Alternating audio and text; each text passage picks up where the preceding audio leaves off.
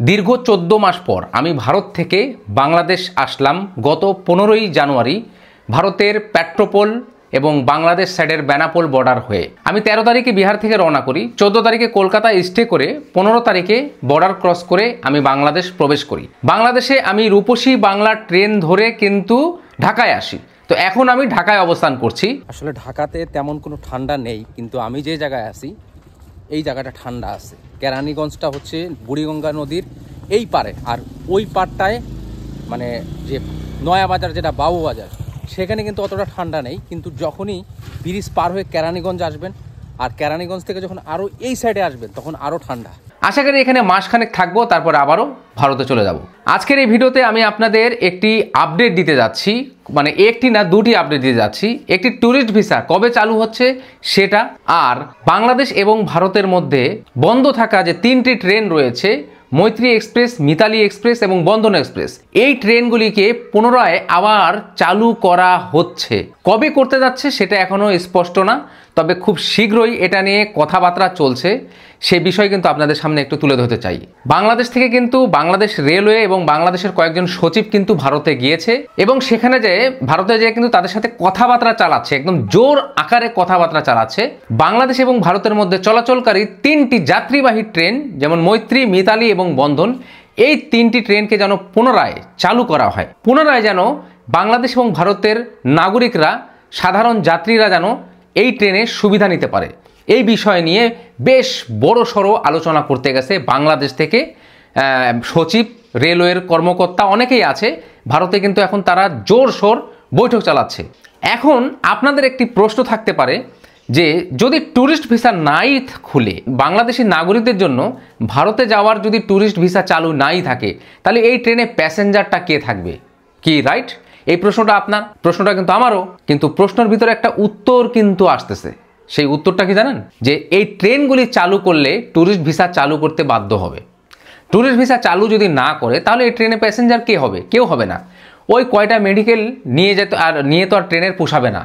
ট্রেনের মধ্যে অনেকগুলি বগি থাকবে, সেটা যদি না ভরে তাহলে ব্যবসা না থাকলে তো রেলওয়ে তো মানে লোকসান দিতে পারে না। তো এই কারণে আমি আপনাদের জানাতে চাচ্ছি যে যেহেতু এটা নিয়ে আলোচনা করতে গেছে, এই আলোচনায় এই বিষয়টা উঠে আসবেই যে এই ট্রেনের মধ্যে প্যাসেঞ্জার কারা থাকবে। ট্যুরিস্ট ভিসা তো বন্ধ, ট্যুরিস্ট ভিসাটাও যেন সীমিত আকারে চালু করে দেওয়া যায়। যারা ভারত বিরোধী রয়েছেন তাদেরকে চিহ্নিত করে রাখুন।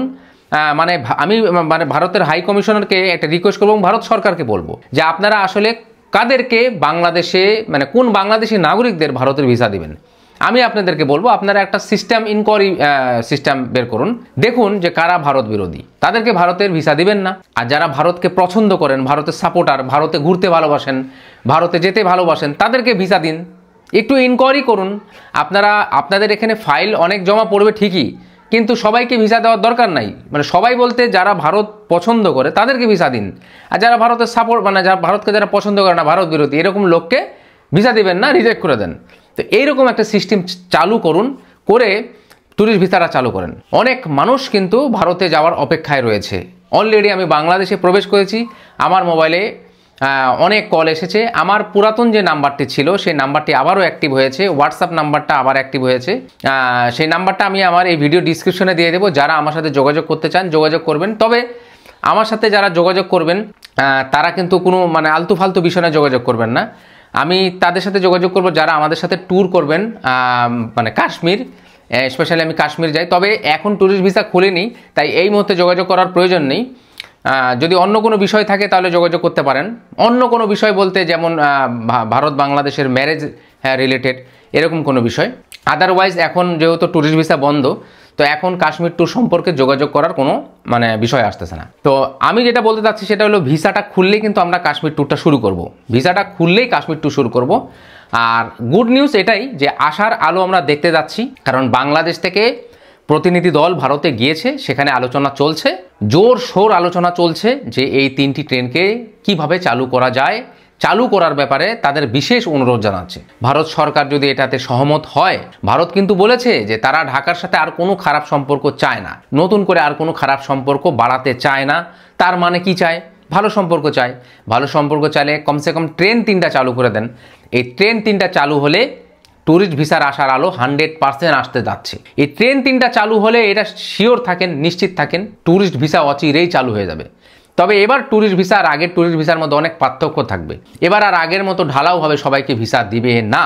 যারা দেখবে তারা যে তাদের ভারতের তাদের ব্যাকগ্রাউন্ড কি, যারা ভিসা আবেদন করবেন তাদের ব্যাকগ্রাউন্ড চেক করা হবে, তাদের ফাইল চেক করা হবে, ডকুমেন্ট চেক করা হবে, আগের ট্রাভেল রেকর্ড চেক করা হবে। এই সব মিলিয়ে দেখে তারা ভিসা দিবে। তো দেখা যাক এখন কবে সেই সুদিনটা আসে। আমার কাছে মনে হচ্ছে খুব শীঘ্রই আসতে যাচ্ছে। অনেকে প্রশ্ন করেছেন ঈদের আগে কি হবে কিনা, এটা আমি এখানে বসে বলতে পারবো না ঈদের আগে কি হবে কিনা। আমি তো আশাবাদী ঈদের আগে হয়ে যাক, যাতে ঈদের পরে আমরা কাশ্মীর ট্যুরটা দিতে পারি। এবার ঈদটা হবে মোটামুটি এমন একটা সময়, যে সময় কবে হবে, এপ্রিলের 1 তারিখে সম্ভবত। সেই ঈদের পরে যদি আমরা ট্যুরটা দিই কাশ্মীর, তাহলে এইবার সাংঘাতিক বরফ দেখা যাবে। কাশ্মীরে কিন্তু ব্যাপক স্নো হচ্ছে, এবং কাশ্মীর যাওয়া কিন্তু আগের থেকে আরও সহজ হয়ে গেছে। কি সহজ হয়ে গেছে? এখন কিন্তু ডাইরেক্ট ট্রেনেই শ্রীনগর যাওয়া যাচ্ছে, কাশ্মীরের রাজধানী শ্রীনগর। জম্মু তাওয়াইতে যায় কোনো রকম আর ওই টেম্পো ট্রাভেলার যে গাড়ি যেগুলা, ওদের স্ক্যামারের হাত থেকে আমরা এখন বেঁচে গেলাম। আমরা সরাসরি এবার শ্রীনগর যেতে পারবো ট্রেনেই। আমাদেরকে আর কোনো জম্মু তাওয়াই থেকে এক্সট্রা খরচ করে শ্রীনগর যেতে হবে না। এটা খুবই ভালো একটা মানে আমার কাছে খুবই ভালো লেগেছে। আমরা দেখা যাচ্ছে যদি আমরা পেহেলগাম যাই, তাহলে কিন্তু আমরা বানিহাল নামবো, বানিহাল থেকে ট্যাক্সি করে পেহেলগাম গেলাম, তারপর শ্রীনগর ঘুরলাম, আবার আসার পথে কিন্তু ডাইরেক্ট ট্রেনে আসলাম। বাট ভেরি গুড, মানে হেভি সিস্টেম করছে। আসলে ভারতে অনেক উন্নত হচ্ছে, এখন উন্নত হয়ে যাচ্ছে, ডেভেলপ খুব ভালো চলছে। এখন দেখি আসার আলো আমি দেখতে পাচ্ছি যে এই 3টি ট্রেন চালুর পাশাপাশি ট্যুরিস্ট ভিসারও খবর খুব শীঘ্রই চলে আসবে, এটাই আশা রাখি। আর একটা বিষয় জানাতে চাচ্ছি যে আমি যে এই বাংলাদেশ থেকে আমি যে ভারত থেকে বাংলাদেশে আসলাম, এই বর্ডারের কি অবস্থা, যারা বাংলাদেশিদের টার্গেট করে ব্যবসা করছে, মানে যারা বাংলাদেশে যারা আছে, যারা ভারতীয়দেরকে টার্গেট করে ব্যবসা করছে, এই দুই পারের অবস্থা লালবাতি। কলকাতার মার্কুইজ ডিস্ট্রিক্ট তো শেষ, একদম ধ্বংস হয়ে গেছে। মানে 2-3টা হোটেল তালা মেরে দিছে, মানে খাওয়ার হোটেলগুলো তালা মেরে দিছে, 2-3টারও 4টা হোটেল তালা মেরে দিছে। আমি নিজের চোখে দেখছি হোটেলগুলো শাটার, কি হলো অবস্থা, একদম বন্ধ। স্টাফ যেগুলো ছিল সবগুলোকে বাইর করে দিচ্ছে, ছাঁটাই করে দিছে। তারা তাদের চাকরি হারাইছে, এখন অন্য জায়গায় যায় কিছু করবে। কঠিন অবস্থা চলতেছে, সব লালবাতি। তো যাই হোক, এই ছিল আজকের ভিডিও। দেখা হচ্ছে নেক্সট ভিডিওতে।